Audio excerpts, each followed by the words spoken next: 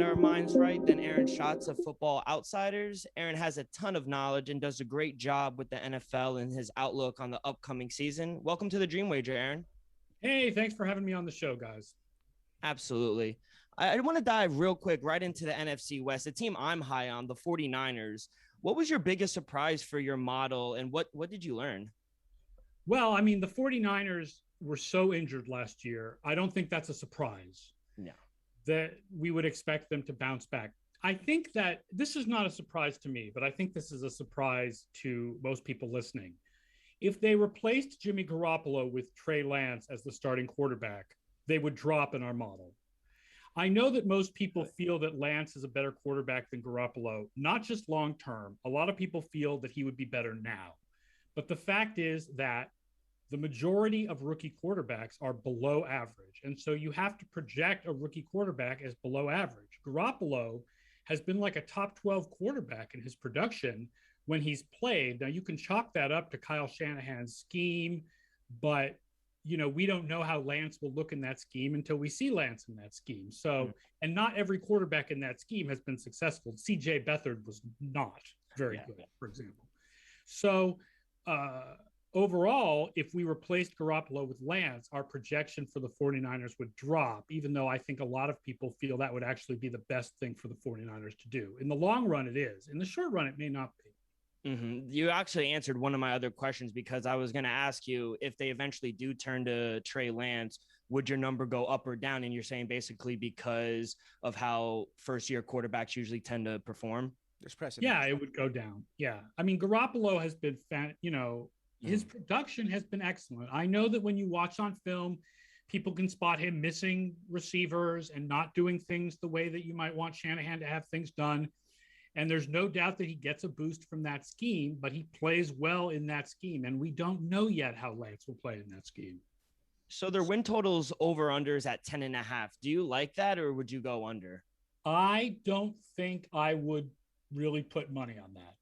I don't think I would go over or under. I guess If you held my feet to the fire, I would go under, but I would really rather not. That sounds pretty about right. We have them at 9.7 wins, but our projection system is always a little too heavily grouped towards 500. It's something we need to figure out for the future. So with the 9.7 prediction and a 10.5 line, I don't know. It might depend on what the minus, is it minus 110 both directions? Is it plus in one direction, etc.? But I'd probably stay away from that. A little too close for comfort.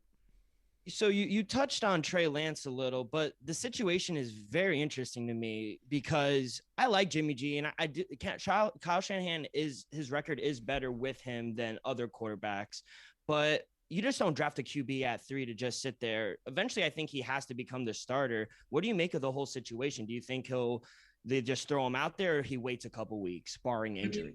The fact is, Garoppolo has gotten injured a lot in the past.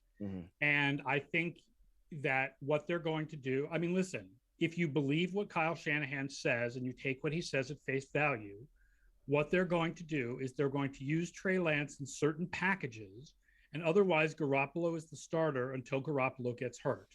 Now, when Garoppolo gets hurt, if Lance comes in and is, let's say, just as good as Garoppolo, does Garoppolo get his job back when he comes back from injury? Probably not. At that point, you've probably turned it over to the youngster. But I think at least to start the season, they're going with Garoppolo with Lance in certain packages. I would rather believe the coach when he says the same thing over and over and over again. Yeah, I agree. Joe, what do you have? Well, I was going to strictly talk about the Seahawks, but I do get your point there because I think there's a little more intangibles on the Jimmy Garoppolo side as well, as compared to, like you said, the newcomer rookie season we have for Trey Lance. So if you don't mind, I'll go right into the Seahawks here. I did like the analysis of the 49ers, but last year, those Seahawks in the first third of the season, they left us thinking that they would be one of the better offensive teams in the NFL, starting 5-0, scoring 34 points on average. Granted, there were defensive struggles, record-setting ones at that, but in the second half of the season, nobody noticed the defensive improvements because how sour the offense turned. Russell Wilson went from throwing no interceptions to throwing one practically every game. This could have been due to the lack of talent, issues going on behind the scenes, and the QB practically carrying the team. So this offseason, we've traded for Gabe Jackson to improve the O-line, we bolstered our pass rush, and the fact that we may now have a healthy Chris Carson and Jamal Adams can prove to be significant on both sides of the ball. So I appreciate you with bearing me on that, but my first question to you, Mr. Aaron, is will the Seattle Seahawks make the playoffs at minus 110? I like Seattle to make the playoffs. Yeah, we like Seattle to win that division, actually. They're our division favorite. Wow. You have to remember that we tend to read too much into season trends. We read too much into whether things are improving over the course of the season or declining over the course of the season. There's really no evidence that taking into account whether a unit has improved or declined over the course of the season affects your projections for the following year, unless that improvement or decline was specifically related to like a new quarterback or a major injury or something. Interesting. And it wasn't in Seattle. So I think what you can expect for the Seattle offense is to be something halfway in between what they were in the first half of the year and what they were in the second half of the year. And that's still one of the top offenses in the league. We have them as our number 4 projected offense.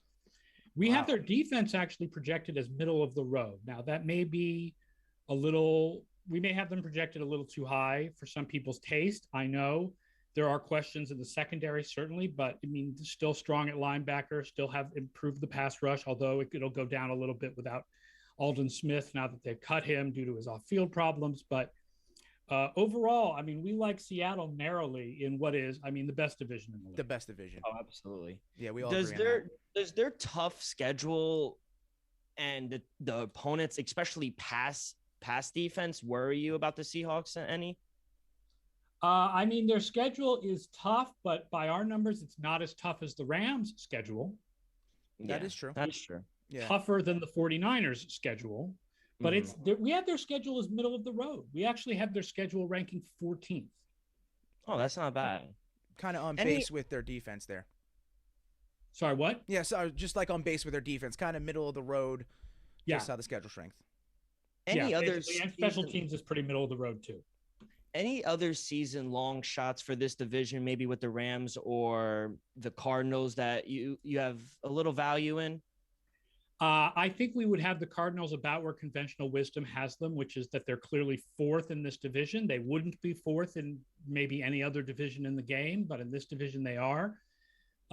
This is one where I feel like the decline of the offense in the second half of the year may mean something, because what happened was that the Patriots played them. The Patriots went super small on defense, and then every defense that played them for the rest of the year used the same strategy. So the Cardinals have got to figure out how to beat that strategy. And they've got to use more motion, which it looks like they're starting to do in the preseason. But last year, they were dead last in the amount of offensive motion they used. With the Rams, we're lower on the Rams than conventional wisdom. So we don't see value. We see value maybe in going under on the Rams. What's the over-under line that you have? We have 10. We have 10.5 is the last. A lot of people are high on them. Yeah, so I would go under on the Rams. Wow. We feel that the difference between Stafford and Goff is not as large as people seem to believe that it is. Stafford has never really been a top 10 quarterback in the league. And he's better than Goff, but he's never, it's not like the Rams are adding a guy who's been a consistent top 10 quarterback in the league. And the defense is likely to take a little bit of a step back with a new coordinator trying to run a system that's not his system. And they've lost some talent, certainly Troy Hill, John Johnson. We like the Rams to go under this year. Wow. That's very interesting, because me, Joey, and I know our other co-host isn't here. We're very just high on the Rams, maybe because we see maybe not so much depth, but just so much talent across the board. And certainly top level. I mean, they've got great talent. Mm-hmm. They don't have great depth, but that's true. The fact is that a lot of the belief that the Rams are suddenly top Super Bowl contenders is based on the idea that Stafford is a top 10 quarterback, and Stafford has really never been a top 10 quarterback. Is he better than Goff? Yes. Yeah. I think we can all agree with that. Yeah. That was fun. Thank you so much, Aaron. We had a blast. I'm really excited about these teams that we mentioned, about this division, because like you, I do think this is the best division in football. But Aaron, I know Joey and I appreciate you for coming on, providing us with a wealth of knowledge for us and our listeners. Where can your listeners find all your research? You want to find all of our research at footballoutsiders.com and in the new Football Outsiders Almanac 2021. That is our 525-page season preview with chapters on all 32 teams, all the advanced numbers, skill players, fantasy football projections, previews of the top 50 college teams. You find that book on Amazon, or go to our site, footballoutsiders.com, and become an FO Plus subscriber to get the electronic version of the book, as well as fantasy projections during the season, preseason fantasy projections, a bunch of research tools, and picks against the spread. That's fantastic. Awesome. I need to get my hands on that. That's for sure. Yeah. Keep up the great work. Thank you so much, Aaron, for your time. It was great to connect. Cheers. Thanks for having me on, guys. Thank you, Mr. Aaron. Oh, man, what a swell guy. Oh, yeah, I find that interesting. So much worse. I got to get on to Bye-bye, guys. Football Outsiders. Absolutely, Mr. Aaron. Take care. Have a good one. As soon as I figure out where my cursor is. You're quite all right there. No worries. There we go. Have a good one. So, that was amazing. Yeah, he's very informed about what's going on in the NFL as a whole. And like I think most people agree, the NFC West is going to be the best division in football. It's going to be the most competitive out there. And I was glad that you went on the topic of the scheduling, because, I'm very critical of my teams, both the Mets and the MLB and the Seahawks and the NFL. I saw that Seattle's win total was plus money when it came over 10 wins, and plus money when it came under 9.5 wins. So my official play was this, man. I was taking the Seahawks to make the playoffs at minus 110. Yet, I will be taking the latter win total of under 9.5 at plus 110. Because after looking at that schedule, he said it was a middle of the pack schedule. I think they're going to have some tough away games, actually. Yeah, and so I agree. With that, I actually wound up us having a draw in the season, having a tie. So the record that I have, interesting enough, is 9-7-1. I just think it's going to be a very interesting year for us. I was going to ask him if he liked the creativeness of those plays, because it is very interesting to have a team make the playoffs, yet go under their win total, which was set at the 9.5. So that was just one of the questions that I was going to propose there. But what do you think of that? Do you think that's creative, or do you think that's a long shot for me to go ahead and do something like that? whenever you have, for me especially, whenever you have Russell at the helm of quarterback, anything is possible. And if they could stay healthy, and I thought you brought up a really good point with Aaron that I think they're in the second half of the season, their defense went a little unnoticed. They clamped up a lot, Yes. and I think hopefully it could carry over to this season. But I mean, with Russ, and when you guys drafted him, you guys never have had less than 8, 9 wins. Yep. He just wins games for you by himself. True. So you got DK, you got Tyler Lockett, you just drafted a guy in the second round. Offensive line still worries me. We did get that guy Gabe Jackson, and actually some news on Lockett. I heard he pulled his groin, unfortunately. Ooh, yeah. Today? So, yeah, it was yesterday in camp, I heard. And I'm glad you mentioned DK as well, because that was actually one of my official player props that I'm taking. You probably saw that in the Action app.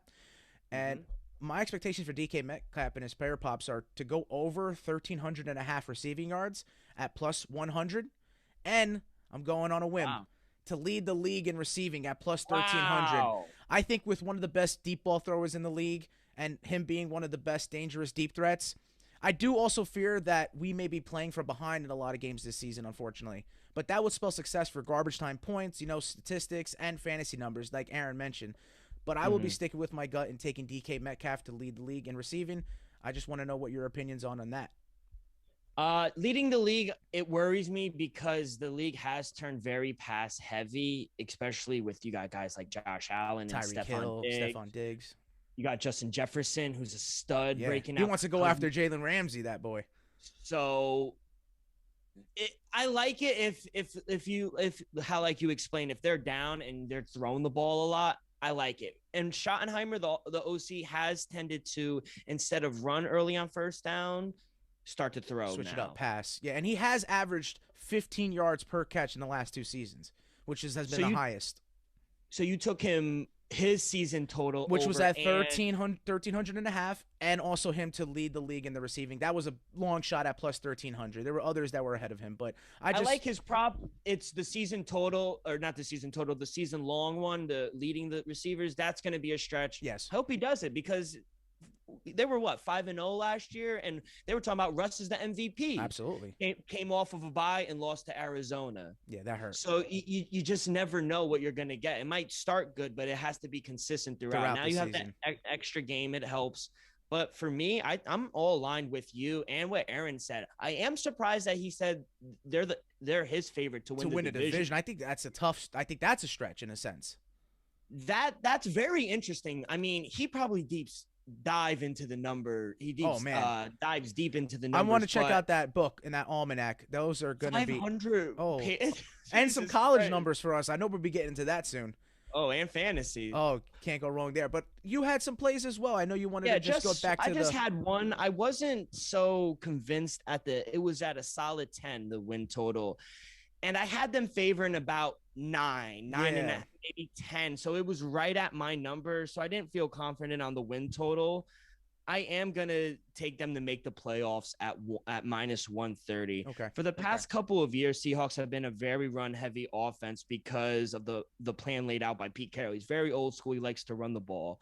Early in Russ's career, his defense allowed him to run the ball more. You had the Legion of Boom, especially on early downs. But then as the defense started to crack, so did the run game. Every team that is successful in today's in football is pass heavy, and they trust their quarterback.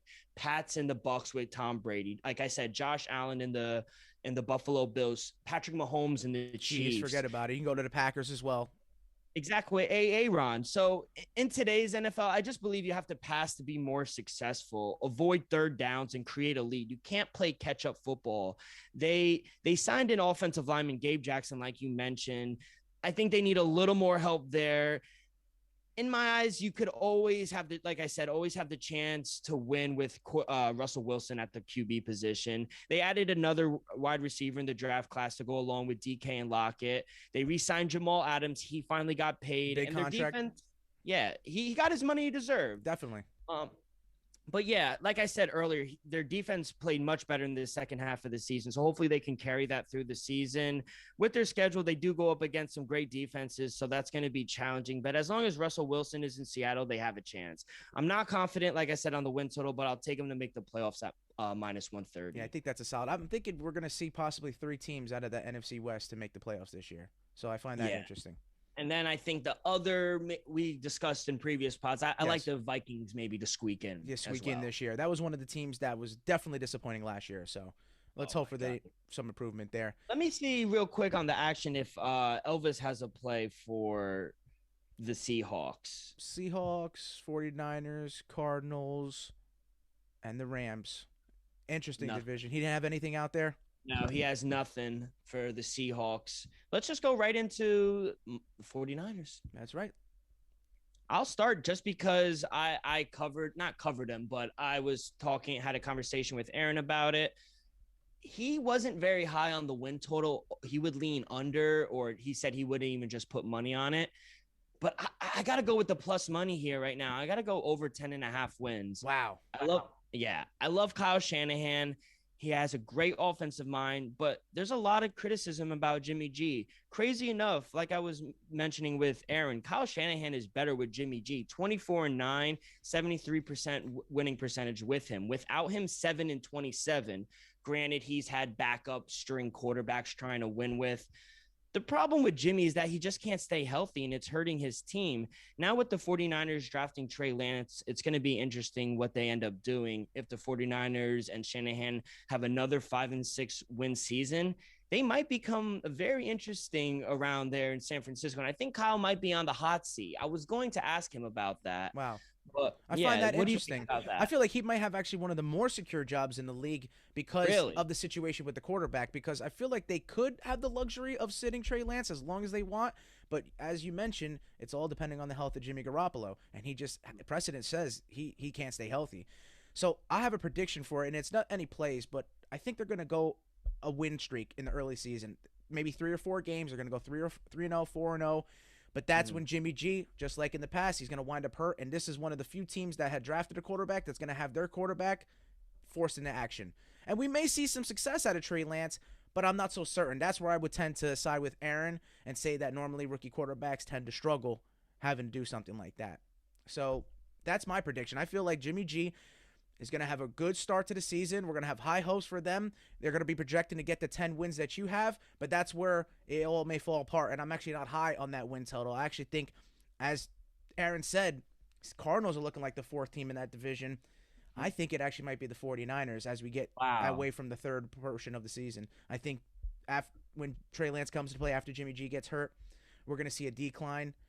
It's going to have to be on the eyes of the defense. We're having to have Nick Bosa come back from injury. A lot's going to be heavy on that defense. If they can't keep that defense off the field, wear and tear is going to occur again on that side of the ball, and the inexperience of Trey Lance is going to play effect. So, like I said, I think they start off well, but I see them being actually the 4th team in that division this year. So you would also dive under, or if you had under, you would.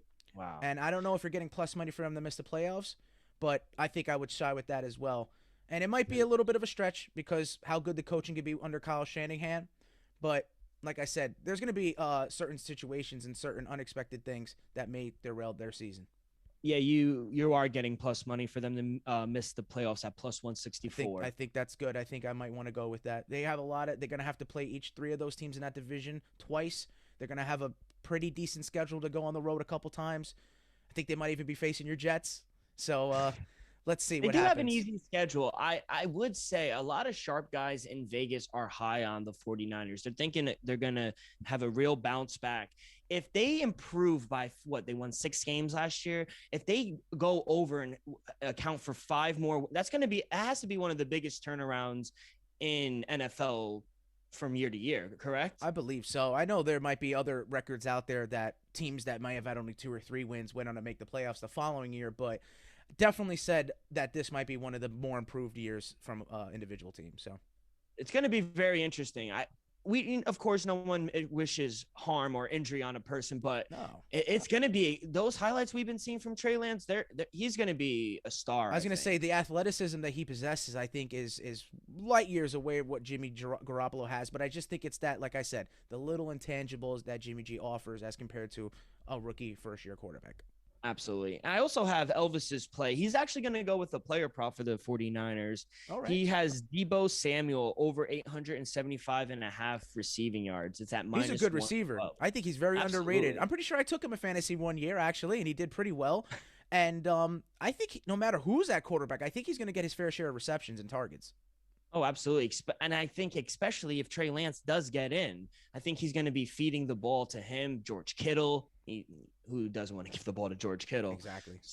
But all barring injury, if this team not tanks, but loses all these guys like they did last year, it's over. There's no way. As good as Kyle Shanahan offensive mind is, and now you lost your D coordinator. Yeah. You know what I mean? So this is a big year for them. I think Aaron alluded to that as well. First year D coordinator. We'll see how that goes. It's a lot to make up for. That's for sure. Absolutely. Well, that wraps up the NFC. We're going to hit the AFC next week. We're going to push right through it because season's just, 2 weeks away, That's Joe? it. We're right around the corner, and then before you know it, we're into college football. Oh, can't wait. Man. Next week, week 0, baby. That's right. We'll have plays there. But, Joe, how was PFL last night? Oh, man. I actually found it to be an interesting event, and man, the main event, it was just lights out by Kayla Harrison once again. I just think she's going to win the $1 million. You know, we had a late second pullout of Larissa Pacheco, so that was replaced by Morena Moraes, and Taylor Guardado actually won via split decision. So what we got for the final in that division is we got Kayla Harrison taking on Taylor Guardado, and I'll give you an early play. I'm taking another Kayla Harrison. Another first-round finish. This time might go submission. What did she have? Like 70 strikes in a matter of 2 minutes? Yeah, and it was all ground strikes, but at the end of the day, when you shut out your opponent, it was 0 strikes to 70, like you mentioned. So it's just very lopsided when she gets in there. I don't think anyone can handle her judo, her takedowns, and she's pretty decent on her feet defensively. So the fact is, she can always rely on that grappling, and she's always going to come out dominant with the grappling exchanges. So I think Khabib said it the best. He goes, "Who can beat her? Who can beat her? No one could beat her." I think she's light years ahead. Of and a lot of people. This question yesterday while we were just chatting, I was like, "Dude, a girl like this, she would not love, but she would work amazingly in the UFC." But you were saying, why make that jump when she's already the face of PFL? I thought that was very interesting. Yeah, she's the face of PFL. She's going to go ahead and make the $1 million, bonus when she goes ahead and wins the tournament. And who's to say that she can't get sponsors on her own, that she can't make money on the side, which the UFC kind of excludes you from doing? She might be very content in staying with the PFL and just dominating, being, like you said, the face of PFL. So I just find her very impressive. The only thing that could be in her way is maybe we get a Clarissa Shields matchup in there, but that's down the line. She was ringside. And I heard Amanda Nunes was ringside too, and that's another point. Everyone brings up the observation of Kayla Harrison. Could she beat Amanda Nunes? Because that's always the question. Who could beat Amanda Nunes? And I think that might be one of the fights for history, to be honest. Absolutely. And they were asking on the post-fight, she goes, everyone wants to know what my strategy, you know what I'm going to do. I'm going to take you to the cage. I'm going to take you down, and you're not going to get up. Exactly. It's quite simple what I'm going to do. You just can't stop me. Exactly. And I think no matter whoever she's versing next week for the $1 million, she's not going to stop her. There's no one in this. You know it's coming. It's just like you said, like Khabib. You know it's coming, and you still can't stop it. So that's the scary part. Exactly. So my PFL record, man, I went 2-2 because I actually went with Jamel Jones and I went with Dennis Goltsov, and Bruno Capoloza is just on a knockout streak. He's had 3 consecutive. And Ante D'Elia, man, he actually wound up with the split decision victory there, and we're going to be having a rematch in that heavyweight division because at the first time they fought, Bruno Capoloza knocked out Ante D'Elia in the first round. So we're going to have a rematch there, and let's see if we have an interesting one. Whoever wins that gets the $1 million. And the championship is next Friday, correct? Or yes, Saturday? I believe they actually might have a couple ones before they get them back because there's going to be PFL 9, and I think it might conclude with PFL 10 because we're crowning all these champions for them over there and the tournament ends.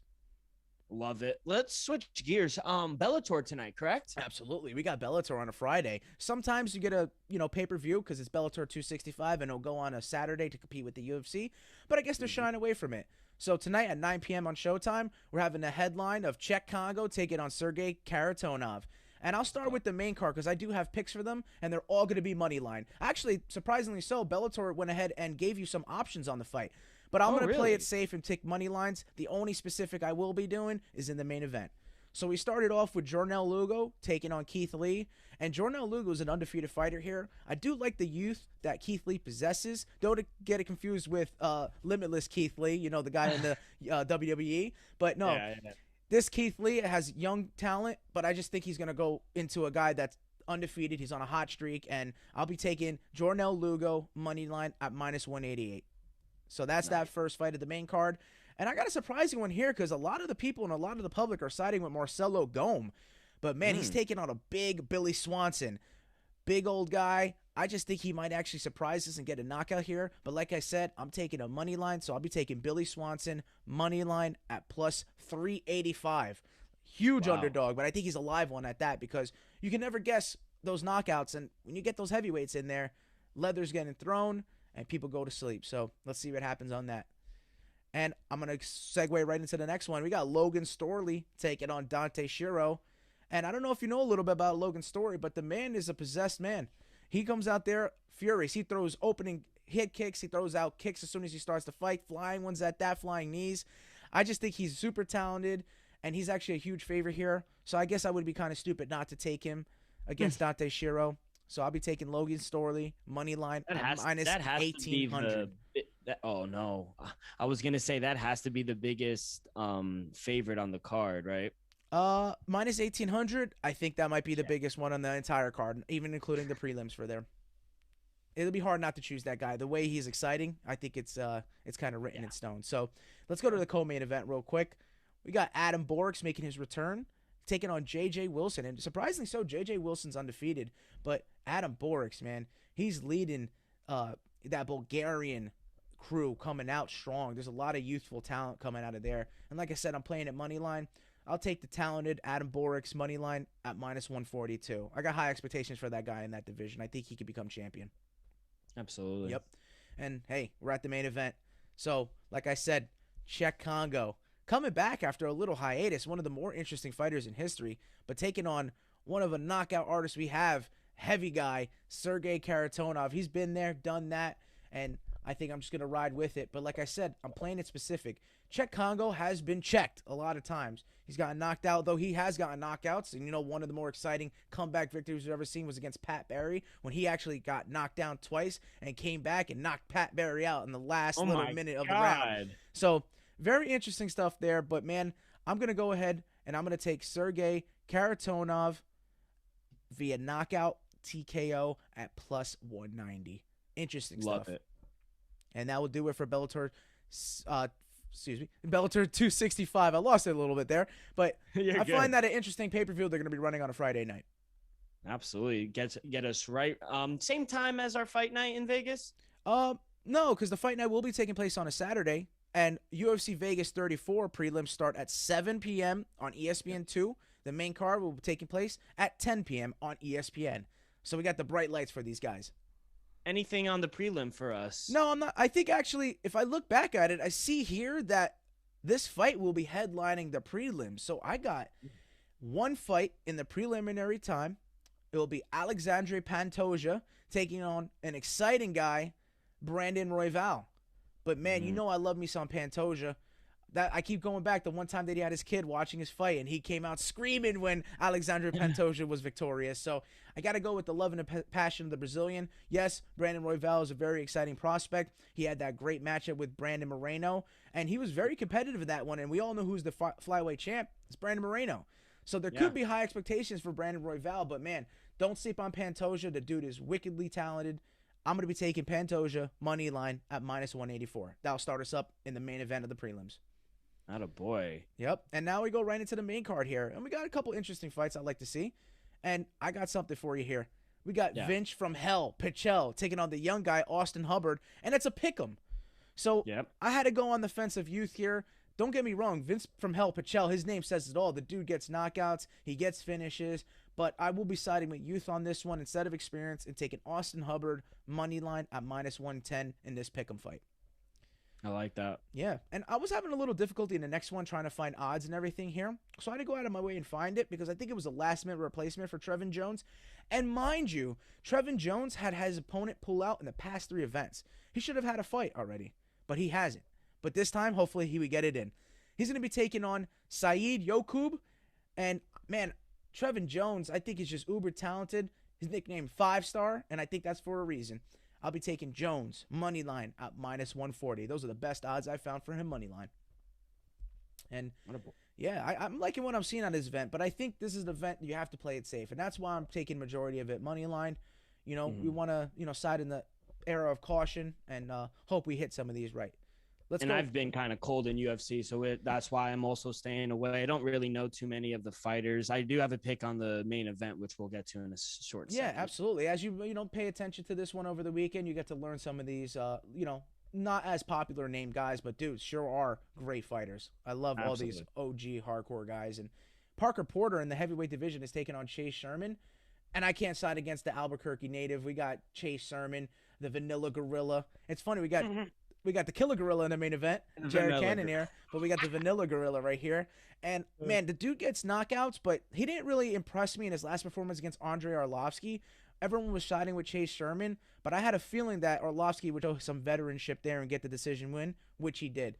But I'm going to side with Chase Sherman, money line at -194. Keep in mind that they both did fight out of Jackson Wink, so maybe that had something to do with it. The veteran Andrei Arlovsky maybe did a little film work and said, hey, I know how to beat this guy, and that's what he did. But Chase Sherman's my guy this one against Parker Porter. Chase Sherman, money line, -194. A little heavy favorite. Love that. Quick, I don't want to go too back, but my boy in the prelim, William Knight, he has to win, right? I know he's a big favorite. I don't think he's too big of a favorite, but hey, man, Fabio Cherant is kind of a sleeper pick there. I think I had him winning against Alonzo Menafield a couple times back, and I don't know if he actually did come out victorious. Correct me if I'm wrong, but he might be a live dog. I wanted to stay away from some of the prelims there, but hey, whatever you decide to pick, that's on you. I wouldn't shy against either one of them. William Knight is a tremendous fighter, big guy. But Fabio Cherant is nobody to sleep on. So find that to be one of the more interesting fights of the evening. Yeah, I'm sorry. I just saw that and I was like, oh, William Knight. I'm surprised he didn't pick him. But he could be a live dog, that Fabio guy. Fabio Cherant absolutely could be a live dog there. And another live dog, man, here, a money line. We got the Carpenter, Clay Guida, taking in Mark O. Madsen, the Olympian. And a lot of people are liking Mark O. Madsen here because of his pedigree, everything that he brings to the table. He just finds a way to take you down. But he was fighting a couple of guys that weren't necessarily that good of wrestlers. And Clay Guida, as we all know, has tremendous gas tank, got cardio, is through the roof, and he's a great wrestler. I just think he might be able to push the pressure. And from the last fight, man, he impressed me. I think we might have a resurgence from the Carpenter. So I'm taking Clay Guida money line at +144. Might be a little sneaky pick for the co-main event this evening. I like that. The guy, Mark, he's undefeated, correct? I don't necessarily think so. I think he might have lost his last matchup as well, as opposed to Clay Guida, who won his previous matchup. But don't take my word for that, because I did remember watching the Marco Madsen fight, but I forgot who came out victorious. I don't know why it's slipping my mind right now. No, it's all good. So, hey, we go right into the main event, and this is where you got to play here. We got Jared, the Killer Gorilla Cannonier, taking on Kelvin Gastelum. And, man, I think a lot of people are shying away from Kelvin Gastelum because of his last performance. And as you see in the previous choices that I had here, I was going with precedent. I was going with what they did in their last fights. But I think both of them had a hard matchup previously against Robert Whittaker. But if you look at the differences of that fight, Jared Cannonier had his arm broken by Robert Whittaker. Kelvin Gastelum, he took him to a decision win. So, yeah, man, I'm just going to go ahead and side with the guy who I like here. I think Kelvin Gastelum may have a better game overall. I think he might be able to utilize some wrestling actually here. Jared Cannonier hasn't really shown too much of, wrestling, grappling-based stuff. He's a great striker. Remember, at one point, this man fought at heavyweight, worked his way down to light heavyweight, and now he's fighting at middleweight. That's just an impressive thing to be continually fighting and losing weight and fighting in divisions. And I think the only other person who had knockouts in 3 other divisions was Conor McGregor. So as much as it hurts me in a sense to go against Cannonier there, because I think he still has some projection, I'm going to take I would say is a safer bet here, though it's underdog odds. Kelvin Gastelum money line at plus 120. So Dylan, I'll leave it to you. What do you got? Yeah, both fighters coming off unanimous decision losses to Bobby Knuckles in their last fight. The only difference, like you said, Cannonier broke his arm in the last fight, and this is first fight back since breaking his arm. Cannonier won his first 3 fights at 185 before falling to Robert Whittaker last October on Fight Island. And with tomorrow night, he could enter the title conversation with a win. This is Kelvin's second time in a row that he'll be filling in for Paulo Acosta and hoping this isn't a second consecutive loss for him. If he loses tomorrow night, I think he's definitely drops out of the top 10. I trust Cannonier a little more in this spot. I think he has the striking ability, but I do worry that as the fight goes longer, it tends to get for better odds for Kelvin because Jared never's been 5 rounds, and he went 5 rounds with Robert Whittaker, which a former champ. We know how that says a lot. I'm just not sure how he'll be able to get the job done, Kevin Gastelum. So I'll lay the little chalk, and I'll take Cannonier on the money line at minus 148. I don't think that's a bad choice. I really don't. I think this could be kind of a toss-up. I think the odds are a little more there's a little more disparity there than it should be. Like we had a pick'em fight in the card. I think this fight should be a little more pick'em odds than what's being said at the moment. Well, it opened up in the beginning of the week at Kevin Gastelum at plus 170. Now he's all the way down to plus 120. So like you said, as we get closer to the fight, more money would be put on Kelvin, and we might get a pick'em as time fight comes. So is everyone made weight, correct? Weigh-ins? Yeah, it's official. Everyone made weight. I haven't been many weight issues at all. The only one that I saw as of this late was, like I said, Larissa Pacheco in the PFL. So we're looking good. Perfect. Real quick before we get up out of here, the NBA, they just released the opening night schedule as well as Christmas game schedules were announced. I know it's way too early, but I do have a pick. All right, what you got? Nets plus 1.5, and I'll even take them as an underdog on the money line at minus 102. First game of the year. This is a banger for me. You want to fade the team that just won the championship. The Bucks are at home. They're raising their banners. They're getting their rings. They won't be as focused. I just think the Nets are a better team. The Bucks needed 7 to get by this team with no Kyrie and a banged up James Harden. The Nets will be more hungry and determined, especially after seeing the Bucks win the championship. I would even alternate spread this game to get a little more juice. I'm hammering the Nets with the 1.5 in my pocket. I'll even take them on the money line. All right. I don't think that's a bad choice. Coming off of, like you said, a championship win, it might be hard. But Dylan, man, I think we just get on out of here because I don't think we got much time. I know I got some plays on the Action app, but let's segue out of this episode. Absolutely. We'll see you guys on Monday with more picks, hot takes. Thank you again to Aaron Schatz for coming on with Football Outsiders. Everyone have a great weekend. Good luck on your wagers. Please follow us on social media, Twitter and Instagram at The Dream Wager. Be a friend, tell a friend, and everyone, best of luck.